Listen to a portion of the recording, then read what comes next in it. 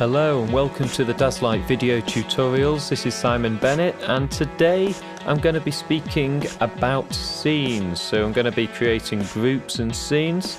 I'm going to show you how you can manipulate scenes and steps, and I'm going to dive into some of the more advanced scene properties as well. So if you haven't checked out the introduction tutorial, I'd advise you head over there and just check that out first, as it gives you a great overview of the whole DASLIGHT software, and then come back and I'll show you some of the more advanced features here.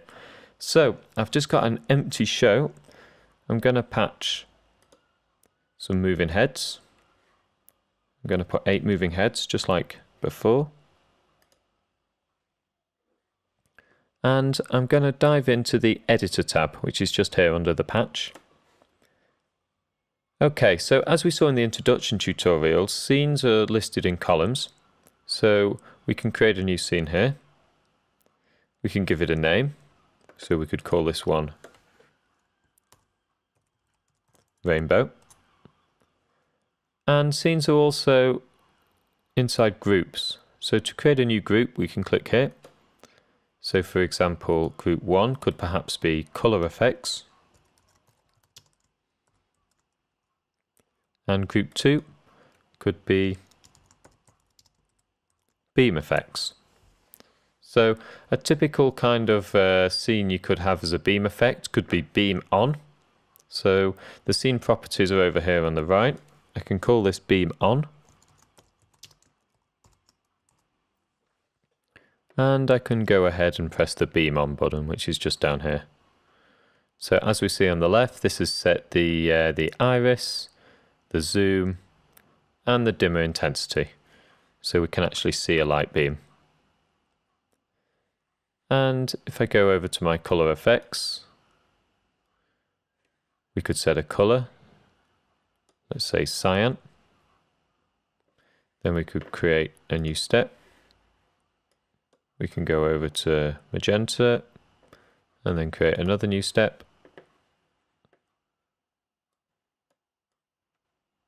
And go on to yellow. Now we can preview a step just here preview a scene just here by pressing play. So these steps have a hold time of 1 second. Now notice that we can see something going on here on the left, but we can't see anything going on here on the right. And that's because the dimmer's currently closed and the shutter's currently closed. So what we need to do is to actually switch our beam on scene on. So if we just press play here, there we go. So now these two scenes are playing together. So what I often do is when I'm creating a show, I'll create a beam on button like this. I'll press play just to make sure that dimmer and shutter and iris and everything else is all set how I want it. And then I'll go ahead and start building up my color effects and position effects and different bits and pieces here. So as we saw before, you can fade a step just by double clicking on it and setting a fade time here.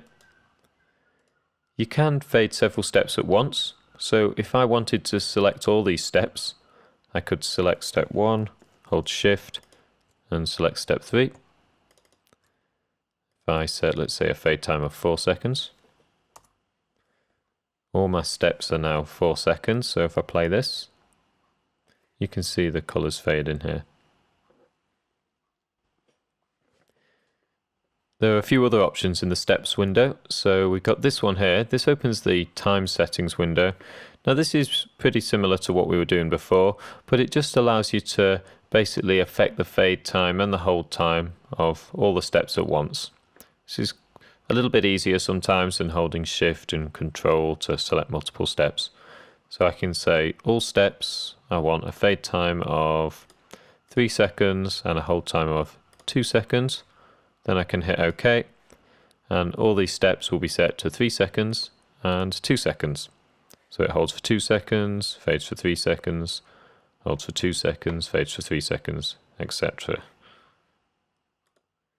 So if we go over here into the properties, I'm going to explain some of the other options that are available for each scene. So up here we've got the scene name, which we've seen before. This button just clears the scene name. If we didn't want to see a particular scene in live, we could click here and it would hide it in live.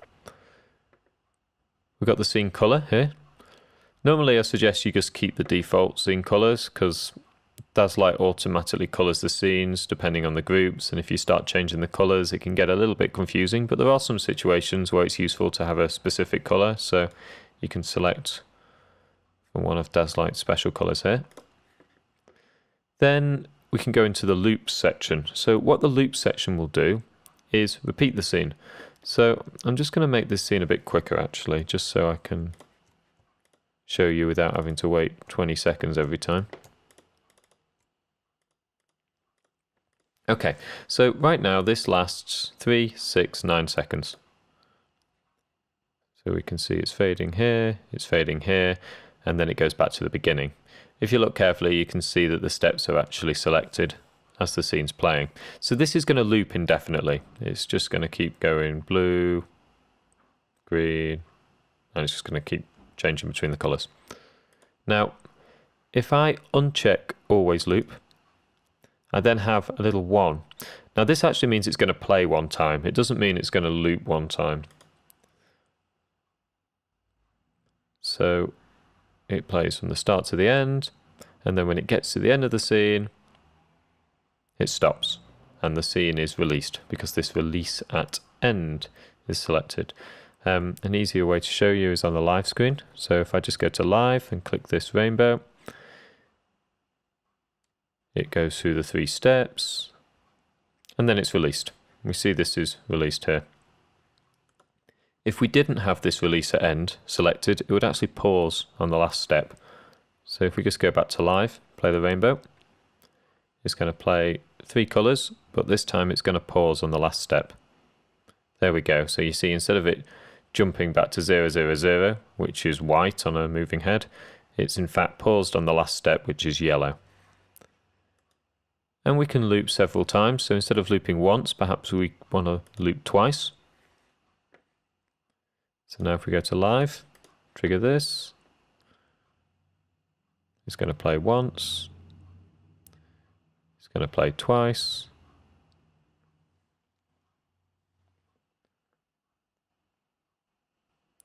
and then it's going to release, or it's going to freeze on the last step. Next we've got the jump to button. So what this will do is jump to another scene. So if we just stop this scene a second, let's create a scene here. Let's create a scene called green. And this just sets a static green color.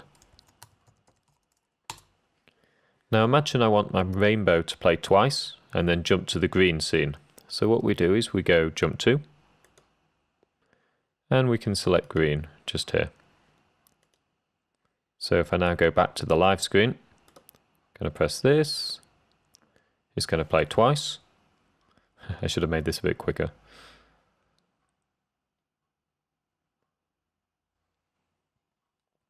Almost there. And then it's going to jump over to the green scene. And you see this is looping indefinitely. You can see this bar filling up and looping back round, and that's going to stay on green forever until something else happens. So that's basically how the jump to works. Something which is really cool actually with the jump to in DASLIGHT 4 is that you can jump to several scenes at once. So for example, imagine I've got some RGB lights. So I'll just patch some RGBs. I'll add 4. So here I have my 4 RGB lights. I'll just move them down there. Now imagine I've got another group now called RGB effects, and maybe I've got a step where they're red, pink, blue, and I'm going to set a faster hold time for these. Oops.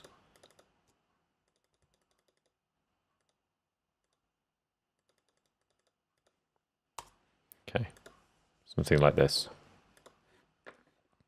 So what I can do after my rainbow effects played, I'm just going to change the loops to 1 so I can show you a little bit more quickly. I can jump to the green scene, but also the RGB effects scene. So I'm going to press OK. go to the live. I'm going to play my rainbow effect. There it is, playing on the moving heads. And then you see it's jumped to the green and it started playing my RGB effects as well. And this is a really neat way of being able to trigger two scenes from one scene. We get asked for this a lot in DASLIGHT. Imagine you've got two different effects playing on two different types of lights and you want to trigger both those effects at the same time with a single mouse click. Now, in a scene in DASLIGHT, it's only possible to have a single list of steps. You can't have several columns of steps, you can't run several effects at once. But a nice way to do this is to actually create different scenes with different effects, and then you could have a special group called, for example, Qs. And you could call this one Q1. You could call this one Q2. So imagine, let me just remove this jump from here just so we don't get confused. So I'll just clear all this off. Okay, so imagine when I press Q1, I want to trigger the beam on and the green. So I can take always loop off. I'll change the hold time just to the minimum, which is 4 milliseconds. And I can go jump to green and beam on. So if I now go over to live, I'll just switch everything off. When I press here, bam, these both start at the same time. Then maybe Q2, I want to trigger the rainbow and the RGB effects scene. I should give this a name. Scene's not very interesting, is it? Let's call this flashy colors.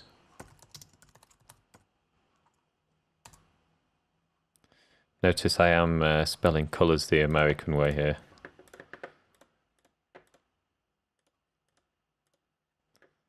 I get stopped all the time because I'm English and everyone says, where's the U in colors? But I should do it the American way. It's apparently the world standard. Okay, so we got the Q2 here. And I'm going to trigger the rainbow and the flashy colors. So I remove always loop because I don't want this to loop. I just want it to jump straight to these two scenes. I'm going to change the hold time to 4 milliseconds, just like before. That's the shortest time a scene can be, by the way. And the reason it's 4 milliseconds is because 4 milliseconds is a DMX frame. I call it 4 milliseconds. In fact, it's 40 milliseconds. It's 4/100ths of a second if you really want to be precise about it. And that's 1/25th of a second because there are 25 frames a second in DMX. So if I select this jump to button here, I'm going to select rainbow and flashy colors. I'm going to hit OK. So now when I go over to the live screen again, when I click this, I've got rainbow flashy colors. When I've got this, I've got green and beam on. I've still got flashy colors because I never stopped it. So that's a quick way of being able to jump to different scenes, create your own little cue lists, things like that. What some people do is they will create a group called like disco scenes, and they might create a list of all different kinds of effects. And they might want to loop each effect, let's say 20 times. So maybe each effect's going to last like, I don't know, 15 minutes or something like this. And then after 15 minutes, they will jump to the next effect. By the way, you can change a property of several scenes at once by multi-selecting. So if you hold Control or Command, I can select 3 scenes just like this. I can say 20 loops. And you see it's going to select 20 loops for all these scenes at once. So it's a nice quick way to change a lot of scenes at the same time. And then instead of actually selecting a scene, you can just say next scene. Makes it a little bit easier. So we can go like this, jump to next scene. Jump to next scene. I don't know if I can do this with the multi-selection. Let me try. Yeah, there we go. So now when I go over to live, Obviously all these scenes are just empty at the moment and they just last 1 second. But I can press the first scene and it's going to loop 20 times. So we just need to wait 20 seconds here. Okay, there we go. And then it jumps to the next, and it will carry on. It will loop 20 times, jump to the next, the next, the next. We've got these handy little buttons here as well, where we can manually jump between scenes as well. So if you're getting bored of your scene and you want to jump to something else, you can just click that, and then it will go ahead and jump to the next scene. So that's basically the scene jumping. We're moving down, so release mode. This is sometimes a bit of a tricky concept to grasp at the beginning, but it's really powerful. What you may have realized, if we just go back to the live mode here, when I click a scene, if I click another scene in the group, it's going to automatically release the scene before. So if I click this one's going to disappear. If I click this one's going to disappear. And that is because the release mode is set to group. So that means when you click a button, it's going to release all the other scenes in the same group. I'll just make a few more groups to more easily demonstrate. Okay.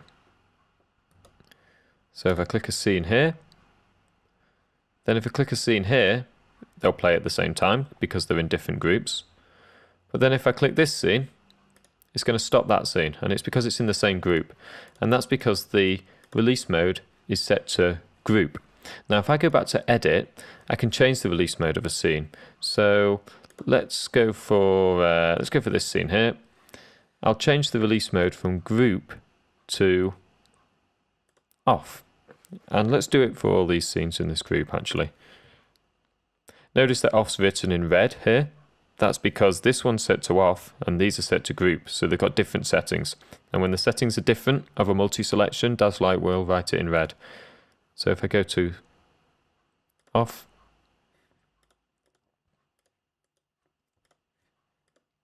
maybe I need to do this. Okay, there we go. So now all the scenes are set to off. So now, if I play this scene, if I play this one, it's not releasing this anymore, it's actually stacking it on top. So you can actually stack scenes like this, which is really powerful if, say, maybe you want some different types of effects in the same group. So for example, maybe instead of group 3 here, maybe I want to call this, let's call this heads. So this has all my moving head effects in, and maybe this one I want to have my beam on. So this is where we had the beams on before. Then maybe this one I want color red, and then this one maybe I want to have gobo.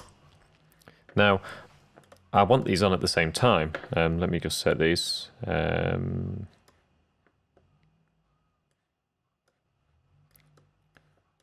So there I've got my red. Then for my gobo, let's choose this fan. Okay, so if I go to live, I actually want to be able to play these at the same time. I want to be able to put my beam on, I want to be able to set my color to red, and I want to be able to set my gobo. Now, this isn't working because when I click another scene, it releases the previous one. So if I go back to the edit mode, if I do a multi-selection here, and select the release mode to off, then go back to live, I can now stack these together. So I can easily make a red fan gobo in the same group. So off basically doesn't automatically release anything else. It will allow you to stack scenes within the same group. Then we've got a few other options. So next we've got the general release. Now general is useful if you want to release all the other buttons in the show when you trigger the scene. This is useful for like master buttons. So for example, I'm going to create another group. I'll call this group master scenes, and maybe I want to make a scene called all off Or no, let's call it reset all. Reset all. So this will reset all the other scenes. And at the moment, everything is 0 in this scene. See 0, 0, 0, 0, 0. And if I select general, what this is going to do is release all the other scenes in the show. So if I go back to live, so I might have beam on, I might have that in red, I might have my flashy colors playing. I just want to release everything. So when I press this, bam, everything's released and everything's set to 0. So that's called general release. After that, we've got the group release. So that's the default setting. So it just releases the other scenes in the group. And then we've got another one called all except group. So that will release all of the scenes in the show except for the scenes within the actual group. There are some uses for that. I've not found one myself yet, but some customers do find that useful. So we've got off, where it just stacks everything. We've got general, where it releases everything. We've got group, which is the default, where it will release all of the scenes within the group. And then we've got all except group, where it will release all of the scenes in the show, except for the scenes which are in the same group. Now, I'll mention now that you can actually set up your own default settings. So for those of you who've been using DASLIGHT a little longer, I think in DASLIGHT 2, the default was off, and in DASLIGHT 3, the default was general. Or perhaps it was the other way around. If you prefer to always have general release as your default release mode, you can actually press this little star here. And what that's going to do is it's going to set all these as your default properties when you create a new scene. So if you automatically want to generate a new scene, when you press this plus and it to set to general, I can go general, I can press the star here, and now when I create a new scene, it automatically uses general instead of group. I prefer group, so I'm going to set that back to group. So that's the release mode. Moving on, so we then got the flash mode. Flash mode's quite self-explanatory. Basically, it activates the scene when you put your mouse down, and it releases the scene when you put your mouse up. This is the same for keyboard and MIDI shortcuts and things like that. So, for example, let's say I want my lights on, and I want to set it to flash mode. If I go over to live, press this, the lights come on, I release the button, the lights go off. So you can create quick flashes like so. It's very easy to create a flash mode button. Next we've got fade. So imagine we've got some different colors, and then when you activate the scene, you want the color to fade in. You can select a fade in and a fade out time. So if we go over to color effects, let's switch that beam on button on again so we can see what's going on. So let's create a new scene called blue.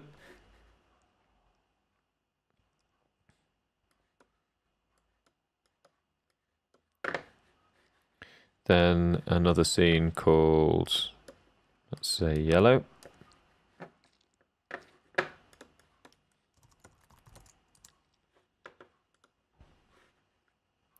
Just make sure that's switched on down there. That's always important, by the way. We'll explain that in another video, but it's really important that the lights you want to use, even if the value is 0, if you want to use it in the scene, you need to make sure it's switched on. Otherwise, it's going to be ignored completely. Okay, so we've got our blue and we've got our yellow. Now, if we set a fade in time of the yellow of 4 seconds. Now, if we go to live, we've got blue playing. If we press yellow, it's going to fade into yellow over 4 seconds. So that's the scene fading. We then got triggers, which we will talk about later, but basically you can trigger a scene by MIDI, keyboard, DMX, or port trigger. And then finally under this we've got the audio. So the audio allows you to add an MP3 or WAV file to the scene, and you can set a fade in and a fade out. So this is useful in theatre environments if you just want to play a little jingle when you trigger a lighting cue. So for example, you could add a jingle to a little scene here, or you could create an entirely different group, call this jingles, Kingles. And then you could have like thunder. Slam the door. Scream. I don't know what kind of show we're planning here, but there you go. And then you could assign your various jingle files over to that. So that's basically all the scene properties in DASLIGHT, and in the next tutorial we're going to look into creating effects, and we're going to dive into all these different kinds of effects: curve, pan tilt, pixel, matrix, etc. So I will see you then.